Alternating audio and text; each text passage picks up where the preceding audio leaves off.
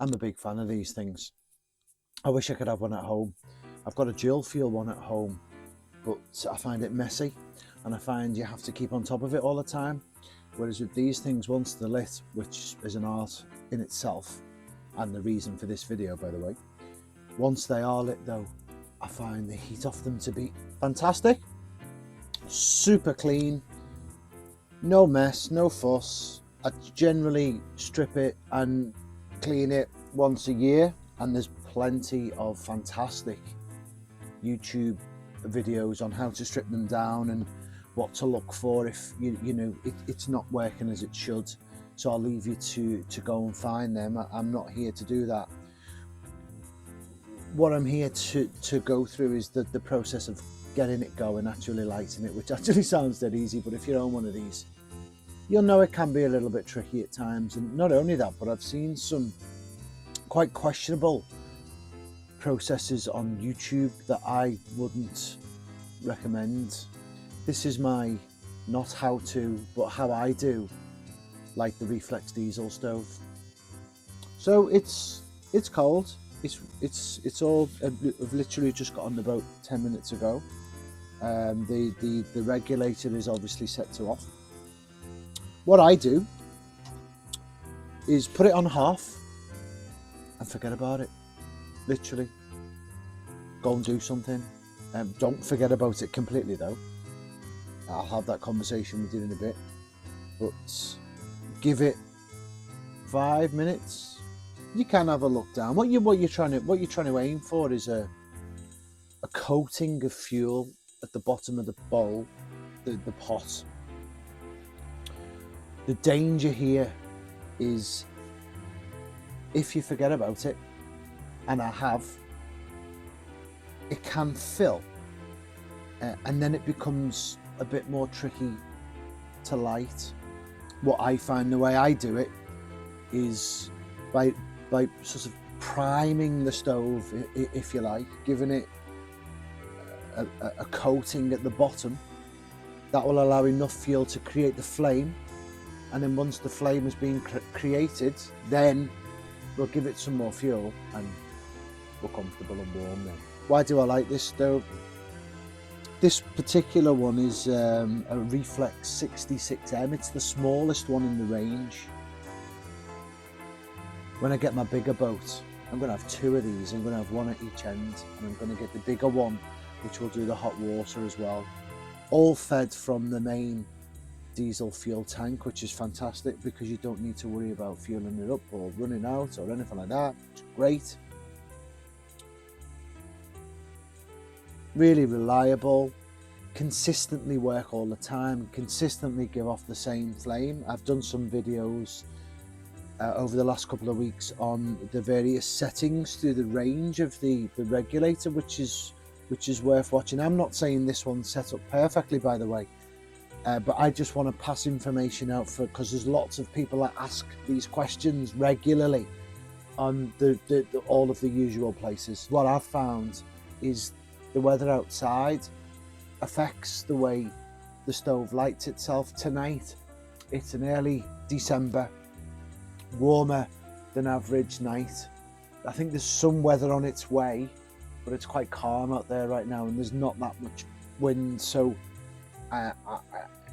we'll see how it lights. So I think that's probably just about enough time to have given it a coating of fuel on the bottom. So I'm just going to shut off the regulator.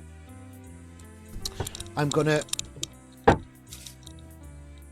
get myself a piece of firelighter, and it's really only a small piece of firelighter, medium gauge metal wire, which I'm just going to fix to the end of the wire, and I'm gonna light it. Remember, the regulator's off now, so you know. I'm then going to pass the small piece of firelighter, and I'm going to do my best to drop it right in front of this pipe. If it don't, it doesn't matter, but it's good if you do. I've learned how to. So I've just dropped it, just literally right in front of this the feeder pipe, and I can see I can see that there is indeed a nice layer of fuel at the bottom, and there's a nice flame. And again, this is where it will depend on the weather outside. In terms of suction through the flue, how the fire behaves. So occasionally what I've found is dependent upon the weather outside. If it's quite windy, sometimes it can blow that small piece of firelighter out. So you've sort of got to, I mean, you don't need to sit and watch over it. I'm only doing that because I'm talking, but I would generally, again, be doing something in the knowledge that the regulator is off. So what I did learn is if the pot fills up, so if you put it on 50%, go and do something and forget about it. Pot fills up,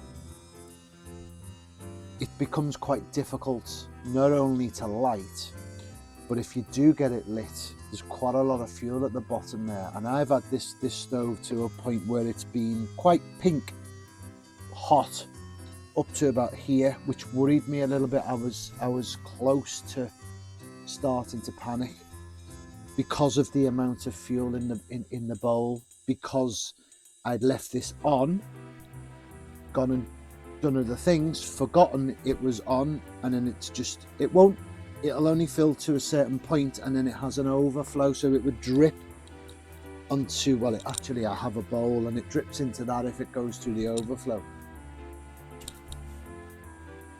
But what I have found is, or what I did learn is, if that happens again, I can just open up this tap here, bring the pot that I have underneath, and it'll slowly just drip out this way. So if the pot does accidentally overfill, I know I can turn on this tap and it'll just drip slowly out here until it's at a sufficient level where I can close it off and light it. So that would be my advice for anybody who had overfilled the pot, didn't quite know what to do. I say, I'm not quite sure what this is called. This normally has a cleaning tool in the end. Open up the feeder pipe, shall we say? Let the fuel, give the excess fuel somewhere to escape. Leave it for a few minutes until the pot is empty.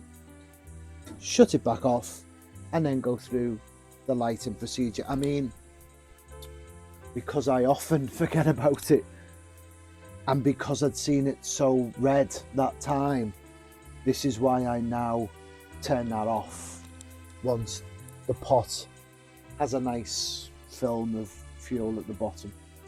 Maybe it takes a bit longer to light without the meths. I've seen it done with meths where it sort of booms into life, but I'd rather just wait, to be honest with you. Again, normally I would be getting on with other things, but right now I'm sat sort of talking to you. So it is a bit of an art, and you know, some people might describe it as a bit of a faff, but it's totally worth it. Once you get the hang of it, and once you know it, once you understand it, how it works, it's really quite basic technology here. And once you understand it, I think it's worth its weight in gold, to be honest with you. The Refleks stove will be my primary source of heat all year round on the narrowboat. That's how much I like it. So how are we doing? It's getting going. I can see that it's getting going. What I tend to find is at the point at which it's lit, mine makes a sound. It actually makes a noise, and I'm hoping that the noise gets picked up on the microphone, because that's the indication to me that the fire is lit and can be left. I know some people leave these on from November, or from the start of winter to end of winter. I'm not on my boat enough to do that, but I would be more than happy to do that. I can just hear that slight change of tone as the flame grows.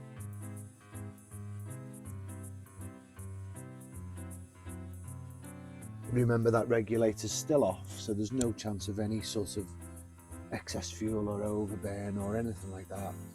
I'm just going to wait until it makes that sound, and then I'll put it back to 50%, and then I'll go and carry on with my evening, and it will stay like that until I switch it off. It's not a particularly cold night tonight, so I'll probably have it on its lowest setting.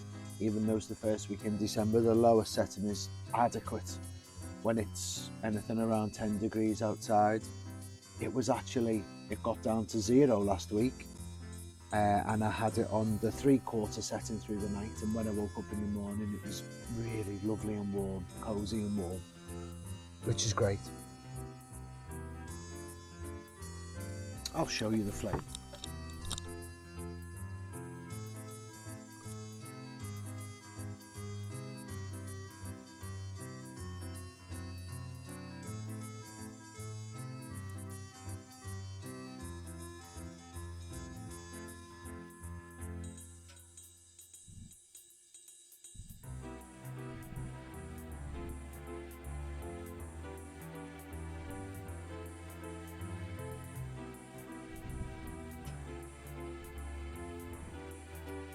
Is that change in tone sound I was talking about?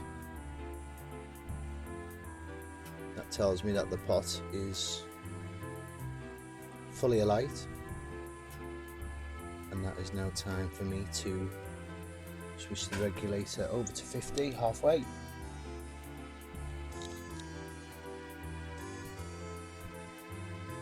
Close the inspection hole, and in 20 minutes time it will be shorts and t-shirts. Thanks for watching. Cheers now, bye.